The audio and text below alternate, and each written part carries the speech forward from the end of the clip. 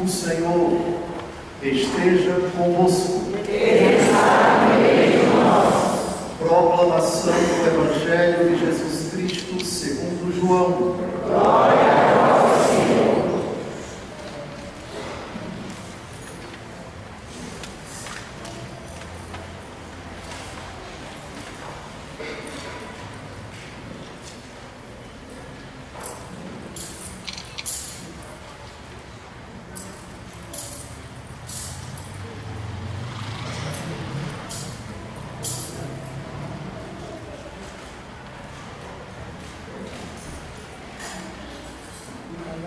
Naquele tempo, disse Jesus às multidões dos judeus: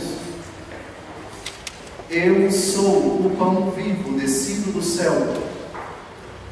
Quem comer deste pão viverá eternamente. E o pão que eu darei é a minha carne, dada para a vida do mundo. Os judeus discutiam entre si, dizendo: Como é que ele pode dar a sua carne a comer? Então Jesus disse: em verdade vos digo, se não comerdes a carne do Filho do Homem e não beberdes o seu sangue, não tereis a vida em vós. Quem come a minha carne e bebe o meu sangue tem a vida eterna, e eu o ressuscitarei no último dia. Porque a minha carne é verdadeira comida, e o meu sangue verdadeira bebida. Quem come a minha carne e bebe o meu sangue, permanece em mim e eu nele.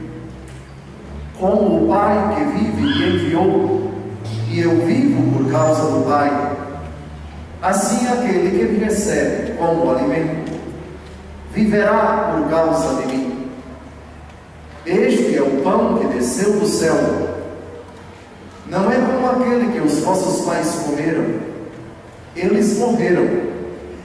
Aquele que come este pão viverá para sempre.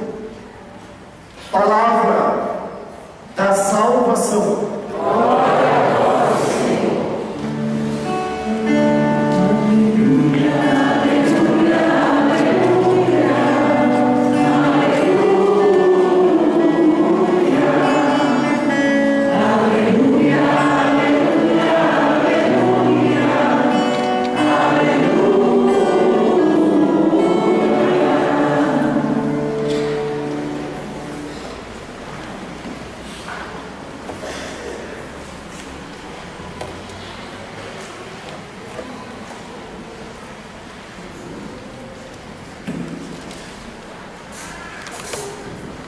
Uma das tentações de nosso Senhor Jesus Cristo antes do início de sua vida pública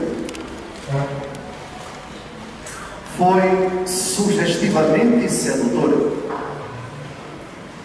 Jesus jejuara 40 dias, estava sem comer e sem beber. O demônio se aproxima e lhe diz: se és filho de Deus, transforma estas pedras em pães. Ao dizer isto, o demônio evocou uma das necessidades básicas do ser humano. O demônio tenta nosso Senhor, propondo-lhe atender a uma necessidade.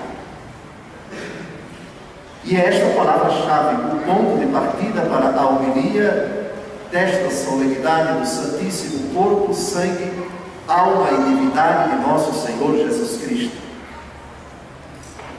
Ao criar o homem, um ser substancialmente composto de matéria e de espírito, de corpo e de alma, Deus coloca no homem uma dupla necessidade. Ele necessita de um alimento que sacie o seu corpo, mas também E aqui está a sutileza de Satanás na tentação. Ele não citou isto, Jesus citou. A resposta de Jesus foi à altura. Nem só de pão vive o homem, mas de toda a palavra da boca de Deus. Ao dizer isso, nosso Senhor Jesus Cristo não antepôs, nem contrapôs as duas necessidades. Não se pode jamais contrapor necessidades do corpo às necessidades da alma. É verdade que São Paulo, na carta aos Romanos, diz: eu conheço o bem que quero e acabo fazendo o mal que não quero. A carne tem requisitos, tem exigências que são contrárias às do Espírito, mas isso após o pecado. Foi o pecado quem introduziu uma tensão, uma contraposição, desejos da carne, mas carne não no sentido material, o homem escravo do pecado, às necessidades do Espírito. Voltemos agora ao livro do Gênesis. As primeiras manifestações, as primeiras necessidades do homem, no livro do Gênesis, antes do pecado. Para nós compreendermos bem nosso Senhor Jesus Cristo instituindo a Eucaristia, antes do pecado, capítulos 1 e 2 do livro do Gênesis, é preciso nós compreendermos três necessidades básicas do ser humano. Caim e Abel, cada um, à sua maneira, realizava o que a Deus? Sacrifício. Cada um oferecia a Deus o fruto do seu trabalho. Caim oferecia os frutos da agricultura. Ele era um agricultor. Abel era um criador de animais. Ele sacrificava a Deus os animais. Surgiu um problema, e não está na oferenda, e não está no que Caim ofereceu. Caim não pecou por ter oferecido frutos da agricultura. Se assim fosse, essa profissão seria amaldiçoada. O problema não está na oferenda, mas na intenção. O problema de Caim não foi o que ele ofereceu, mas o que ele nutria pelo seu irmão. E por isso chamou o irmão à parte e o matou. De qualquer forma, tanto Caim quanto Abel manifestaram uma das necessidades próprias do ser humano: sacrificar a Deus. O sacrifício, gravem essa palavra-chave, porque lá na frente com Jesus ela será importante para compreendermos a instituição da Eucaristia. O homem, de forma bem rudimentar, bem arcaica, não compreendendo bem quem era Deus, mas sentia a necessidade de sacrificar a Deus. Quem é o autor de tudo isso? Quem me criou? Só pode ser o ser que eu não vejo, mas que existe, e eu rendo graças a Ele, entregando para Ele, ainda que Ele não necessite, ainda que não seja um requisito básico para Ele ser o que Ele é, ou ser mais aquilo que Ele já é, mas eu ofereço, não porque Ele precisa, mas porque é sinal de gratidão. Sacrifício. Caim e Abel, lá no Gênesis, cada um expressando uma necessidade: sacrificar. Sacrifício. Caim e Abel, pelo simples fato de serem, respectivamente, agricultor e pecuarista, vamos chamar assim, se trabalhavam, é porque necessitavam garantir o seu sustento, a alimentação. O alimento também é uma necessidade para o homem. Ele trabalha para tirar, como fruto do seu trabalho, o seu sustento, para garantir para si e para os seus a sua sobrevivência. Sobrevivência não se garante apenas perpetuando a espécie, Isso é outra parte do capítulo 1 do livro do Gênesis. Crescei e multiplicai-vos. Mas ninguém se multiplica com fome. E se não comer, morre e não perpetua a espécie. Alimento. Mas Caim e Abel também, justamente porque sentiam a necessidade de sacrificar a Deus, reconheciam a presença de Deus na vida deles. Compreenderam essas três palavras: sacrifício, alimento e presença. Agora vamos deixar o livro do Gênesis, capítulos de 1 a 11, e vamos começar a história da revelação positiva. Esse Deus que Caim e Abel adoravam, que Adão e Eva, seus pais, Sem, Cã, Jafé, os outros filhos de Caim e de Abel, adoravam, sacrificavam, agradeciam a Deus, a este Deus, pelo alimento que lhes concedia este Deus, e em cuja presença procuravam caminhar, agora se revelam, toma a iniciativa de falar com os homens na pessoa de um arameu, hoje diríamos um iraquiano, Abraão, cujo nome depois foi mudado para Abraão. E assim começa a história da salvação. Abraão gerou Isaac, Isaac gerou Jacó, Jacó gerou os seus 12 filhos, depois 12 patriarcas. Essa nação cresceu e foi levada para o Egito, onde ficou durante mais de 400 anos. Depois subiu um faraó que não conhecera José, um dos 12 filhos de Jacó, que fora para o Egito, vendido como mercadoria pelos seus irmãos, que dele nutriam uma inveja tremenda. Este depois se tornou governador do Egito, acolheu os seus filhos depois de uma grande vicissitude, quando a fome e a carência sobrevieram na terra de Jacó, e esses foram a pedido do velho pai procurar comida, procurar alimento.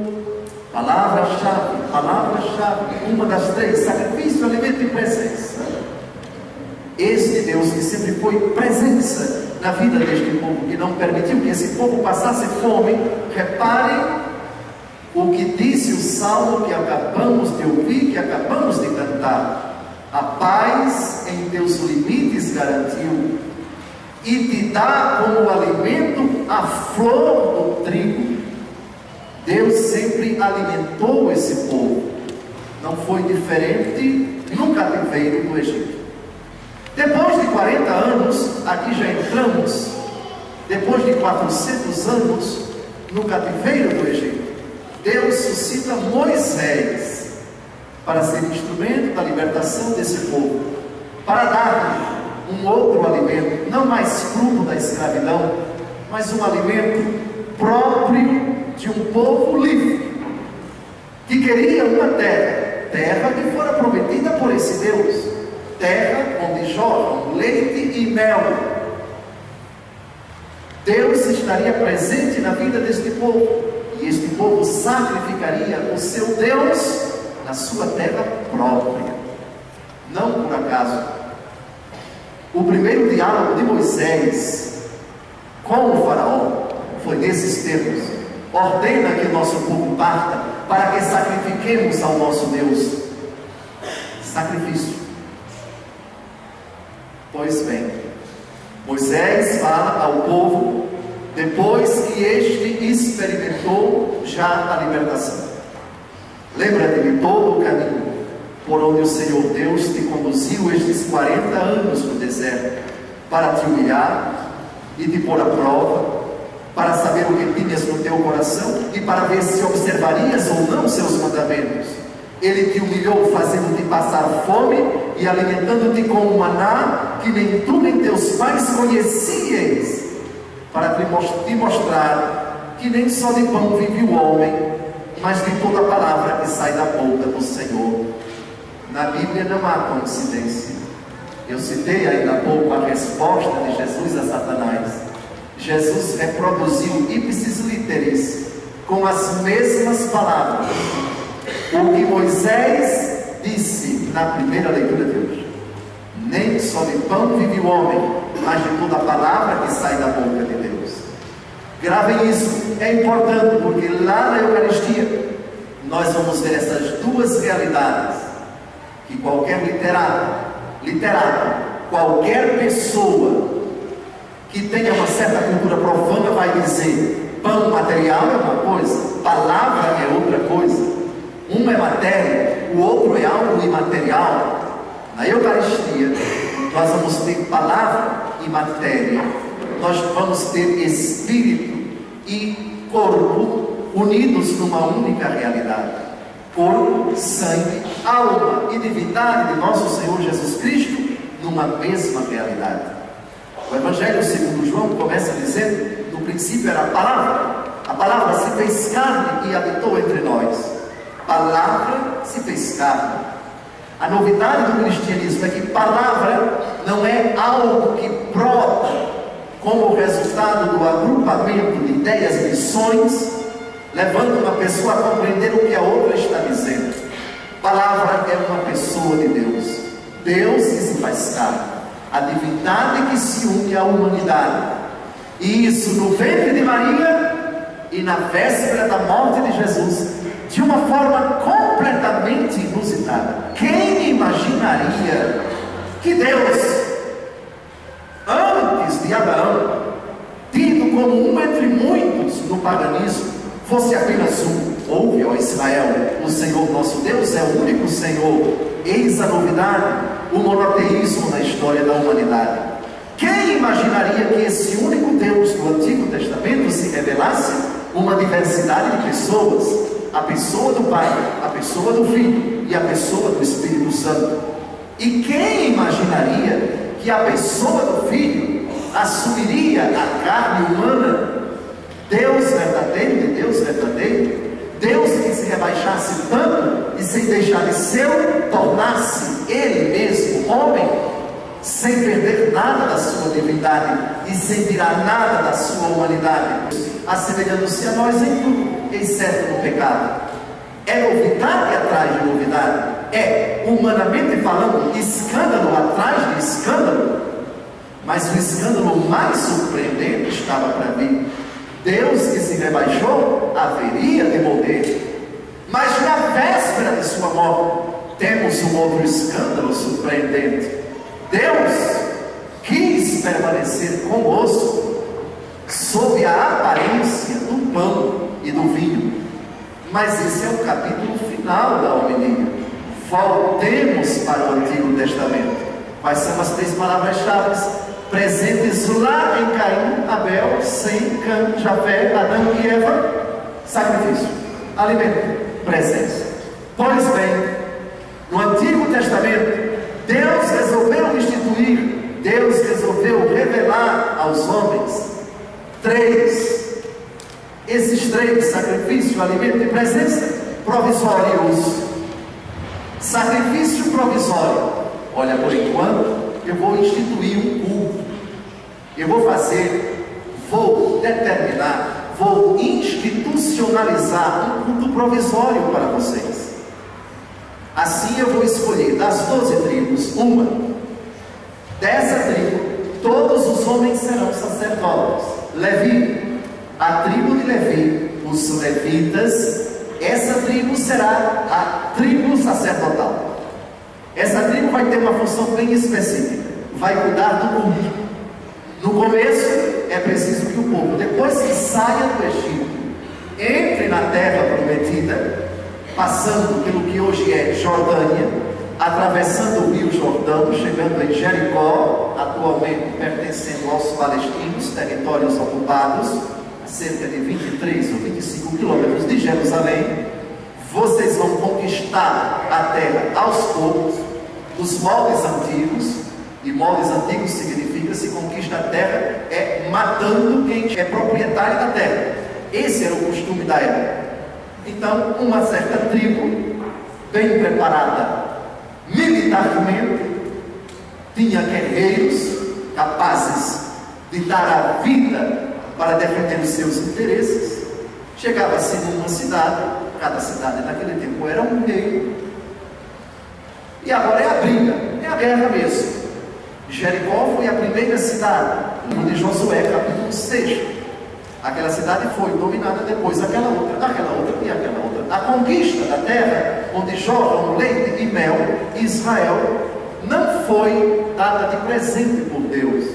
Foi fruto da graça de Deus e do esforço do povo, que foi travando batalhas até conquistar a terra.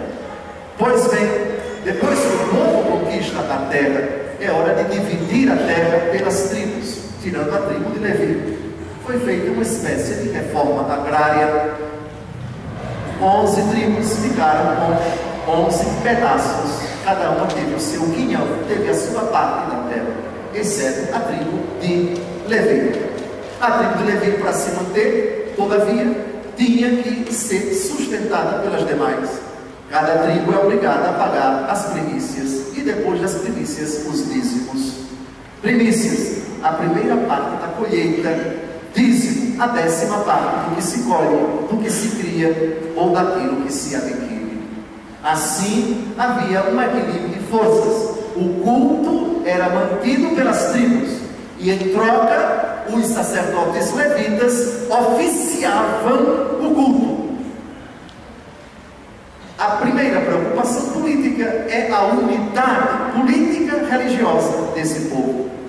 Então só vai haver um templo na cidade de Jerusalém, porque é um só Deus, um só templo. O templo onde se realiza o sacrifício, porque é um só Deus, em Jerusalém.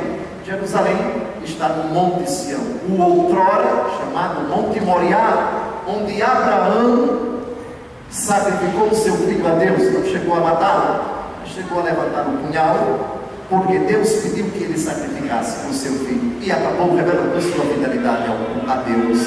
Pois bem, então nós temos um sacrifício provisório dentro de Jerusalém. Temos a presença de Deus, que se revela sobretudo no próprio templo. É um sinal visível da presença do único Deus em Israel. E temos os levitas alimentados pelos animais que são trazidos ao templo. Os animais tinham que ser imolados. O sacrifício, o sangue derramado desses animais expiava o pecado dos ofertantes, daqueles que apresentavam as oferendas. Esses animais alimentavam os levitas e suas famílias. Sacrifício, alimento, presença, tudo provisório.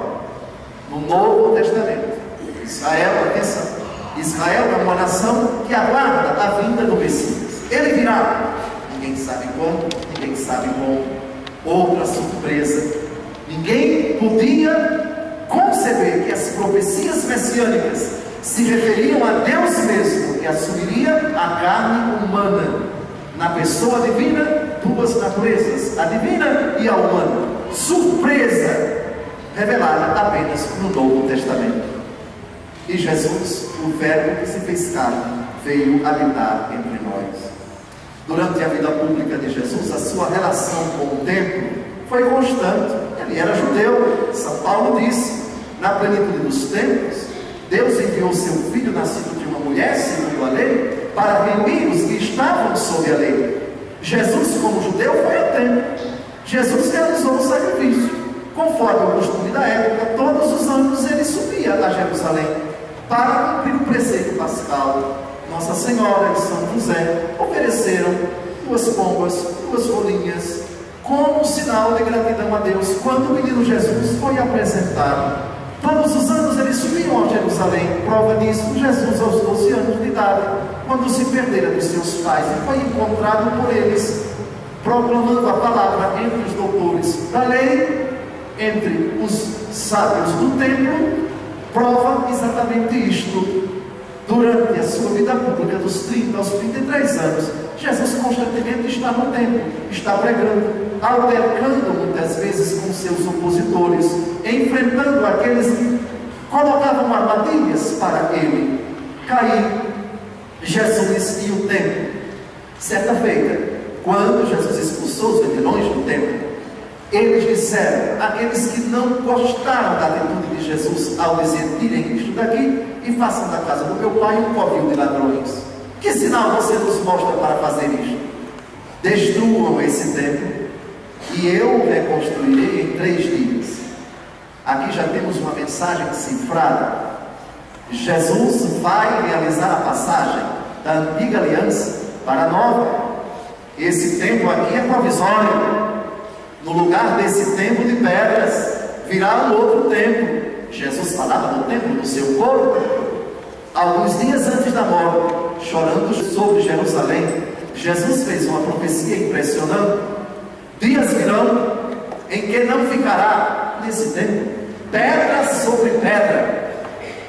Era um recado de que no ano 70, e isso se cumpriu, aquele templo desapareceu e desapareceu. Com o general Tito, depois de uma revolta entre os judeus, a cidade de Jerusalém foi destruída. E Tito quis que o primeiro lugar a desabar para ferir o orgulho daquele povo fosse precisamente o templo de Jerusalém. Pois bem, da antiga aliança à nova, do antigo sacrifício ao novo, da antiga presença à nova, do antigo alimento ao novo. No Antigo Testamento, o maná; no Novo Testamento, um outro alimento. É no capítulo 6 do Evangelho segundo João que temos a promessa da Eucaristia. E nesse capítulo, Jesus vai falando aos pouquinhos acerca desse alimento que vai ser dado um dia. Estamos no ano 30 da era cristã, começo da vida pública dele. Essas palavras do Evangelho de hoje foram proferidas no começo de sua vida pública, 3 anos de sua morte. O que ele promete aqui vai se cumprir na véspera de sua morte. Eu sou o pão vivo descido do céu. Até aí, um protestante pode interpretar isso sem maiores dificuldades. É pão no sentido translato, no sentido bem genérico. É pão no sentido espiritual. A coisa não é bem assim, porque o discurso de Jesus evolui e ele continua: quem comer deste pão viverá eternamente, e o pão que eu darei. Agora começa o escândalo. Versículo 51: o pão que eu darei é a minha carne para a vida do mundo. Agora começa a confusão, agora começa o escândalo. Jesus falou carne. Alguém pode dizer, como muitas denominações cristãs não católicas dizem, é pão vivo no sentido espiritual e é carne no sentido doutrinal. A coisa não é bem assim. É preciso ler com atenção. Chamaríamos isso de honestidade intelectual. Por favor, você não tem o direito, ao ler um texto, de interpretar uma determinada palavra segundo o seu critério. Faça um esforço, por favor, de tentar compreender qual foi o sentido da palavra na mente de quem a pronunciou. Há um ditado muito curioso, irônico até, que diz que texto sem contexto é pretexto. Pode parecer até um jogo de palavras, mas é verdade. Se você tira da Bíblia uma palavra fora do contexto, e o contexto da palavra está no versículo, e o contexto do versículo está no capítulo, e o contexto do capítulo está no livro, e o contexto do livro está na Bíblia. É preciso que você se adeque à mentalidade, ao pensamento de quem falou e de quem escreveu, para não chegar ao absurdo de concluir que a Bíblia disse aquilo que você disse, que aquele pastor disse, que aquele intérprete da Bíblia disse, etc. Quando é o contrário. Honestidade intelectual é entender a expressão segundo o pensamento de quem a pronunciou. Voltemos então a essa questão do versículo, por favor, versículo 51. Grave agora os olhos no seu jornalzinho. O pão que eu darei é a minha carne para a vida do mundo. Os judeus discutiam entre si, dizendo: como é que ele pode dar a sua carne a comer? Paremos aqui nessa pergunta e vamos agora à psicologia da pedagogia. Sala de aula. Levante a mão aqui quem são professores ou quem já foi professor, quem já lecionou ou quem leciona. Bastante gente. Obrigado. Estamos diante de um público seleto. Além de toda a paróquia ser seleta, temos aqui os insígnes professores. Certamente vós, professores, inúmeras vezes, ao transmitir o vosso ensinamento, ocorreu que um aluno ou mais alunos tenha levantado a mão e tenha dito: professora, eu não entendi. Pode interpretar, pode dizer de novo essa palavra? Pareceu-me não muito clara. Pois bem, e o professor, por dever de ofício, vai explicar aquilo que ele disse. A comunicação é um fenômeno complexo, porque ela se utiliza normalmente de palavras. E as palavras, às vezes, são ambíguas. Tem um significado, mas também tem outro. E quando nós nos comunicamos, por usarmos, às vezes, palavras ambíguas, isso suscita na mente dos ouvintes dúvidas. Ora, quando alguém pede para explicarmos de novo, nós temos a obrigação de sermos os mais claros possíveis, de precisarmos qual o sentido daquela afirmação, qual o sentido daquela palavra. Há determinadas palavras que são unívocas, ou naquele contexto, aquele que está falando quer dar um sentido preciso. Caso contrário, as pessoas vão ficar confusas.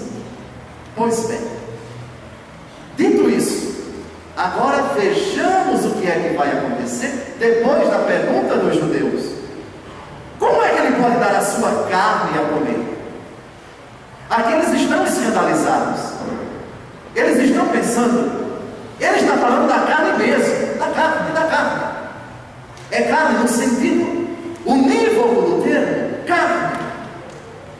Nessa hora, se Jesus quisesse explicar carne num outro sentido, ele diria: é num outro sentido, vocês estão exagerando, é no sentido doutrinal, na verdade é carne no sentido espiritual. Mas não foi isso que Jesus disse. Jesus reiterou: é carne mesmo. Dê uma olhada. Em verdade vos digo, se não comerdes a carne do Filho do Homem e não beberdes o seu sangue, não tereis a vida em vós. Ele reiterou. Aqui não é sentido figurado.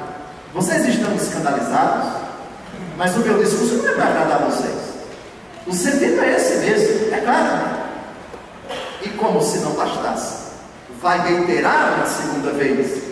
Versículo 54, crave os olhos: quem come a minha carne e bebe o meu sangue tem a vida eterna, e eu ressuscitarei no último dia.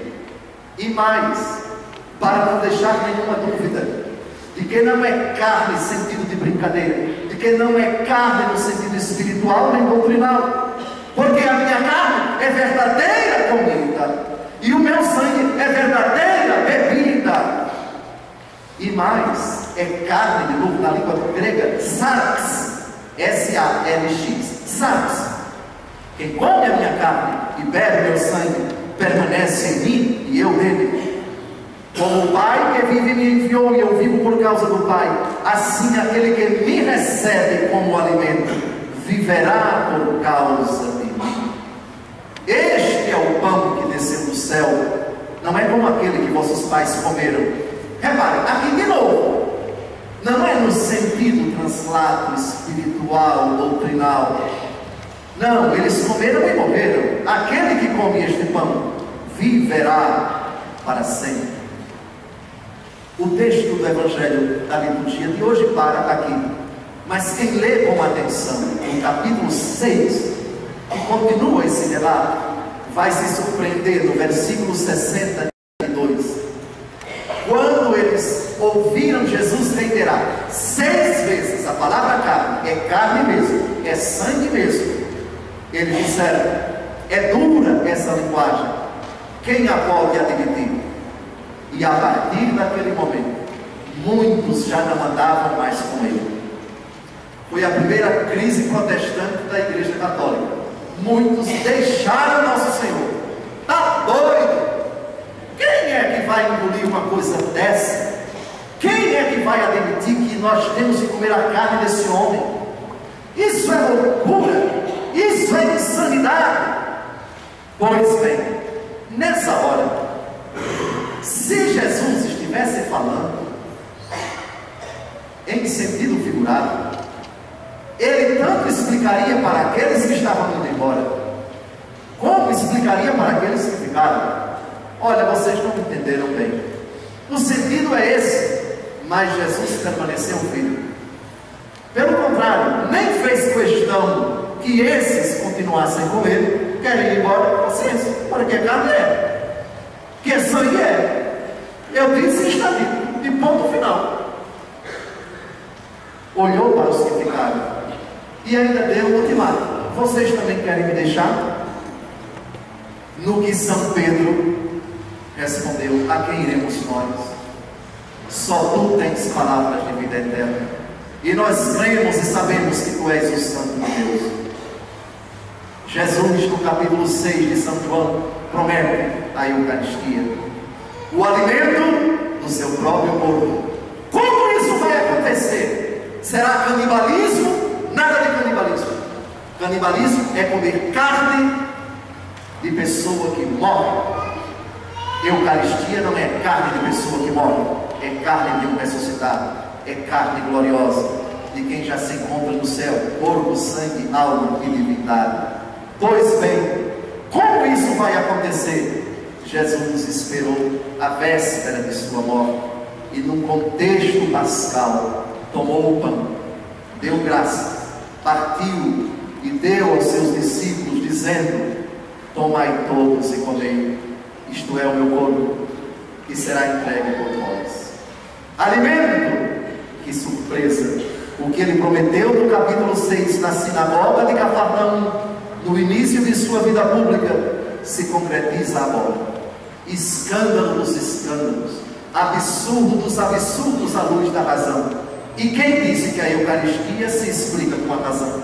E quem disse que Deus se adequa à nossa inteligência? E quem disse que conseguimos explicar o mistério da Trindade? No dia em que a nossa razão sozinha entender Deus, eu é que vou dar um tiro na minha cabeça. Eu prefiro morrer a entender Deus. Mas a fé potencializa a minha razão, e eu aceito que Deus é um só, que é Trindade, que se encarnou no ventre de Maria, que instituiu a Eucaristia, que morreu e ao terceiro dia ressuscitou.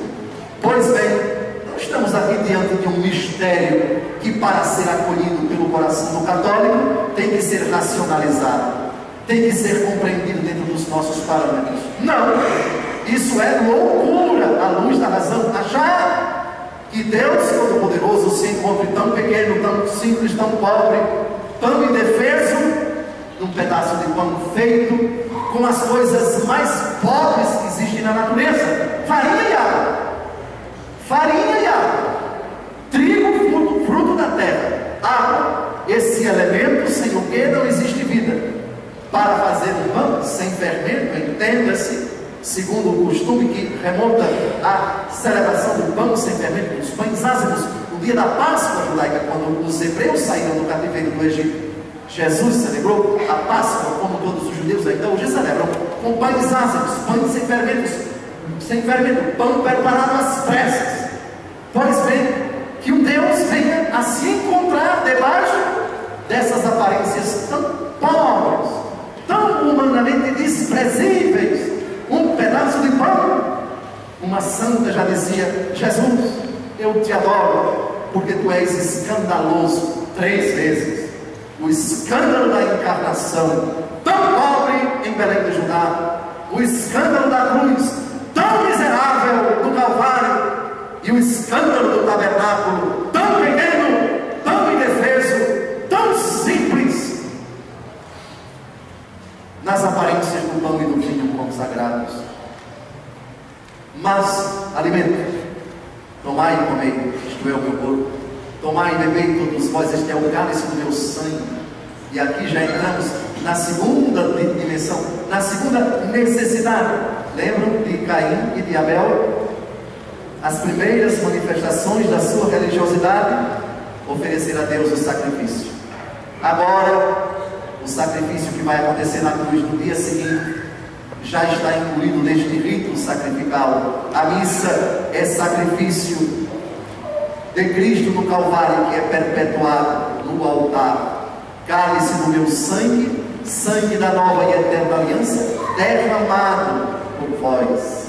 Agora não tem mais o sacrifício do Antigo Testamento, agora é o sacrifício de Cristo no Calvário. A nova, a eterna aliança, o novo, o eterno pacto, o definitivo pacto que Deus selou com o seu povo em Cristo, com o seu sangue derramado na cruz, sacrifício que expia o pecado, os pecados dos homens. E presença, isto é o meu corpo, sacrifício derramado por vós, alimento, tomai e comei. Presença, isto é o meu corpo, sacrifício, alimento e presença. Eis o sinal admirável que nosso Senhor Jesus Cristo instituiu para permanecer conosco de uma forma única. Ele permanece na nossa vida, na nossa casa. Estarei convosco todos os dias, até a consumação dos tempos. Está conosco, Ele é onipresente, está presente em toda parte. Está presente na nossa vida quando choramos, quando dormimos, quando vamos ao hospital, quando vamos trabalhar. Sim, Ele é Espírito, na força do Espírito está sempre conosco. Mas Ele quis uma presença única, incomparável, presença que satisfizesse as três necessidades do homem: sacrifício, alimento e presença. Em casa, podemos fazer o nosso sacrifício, mas não o sacrifício de Cristo, não um sacrifício feito por meio da igreja.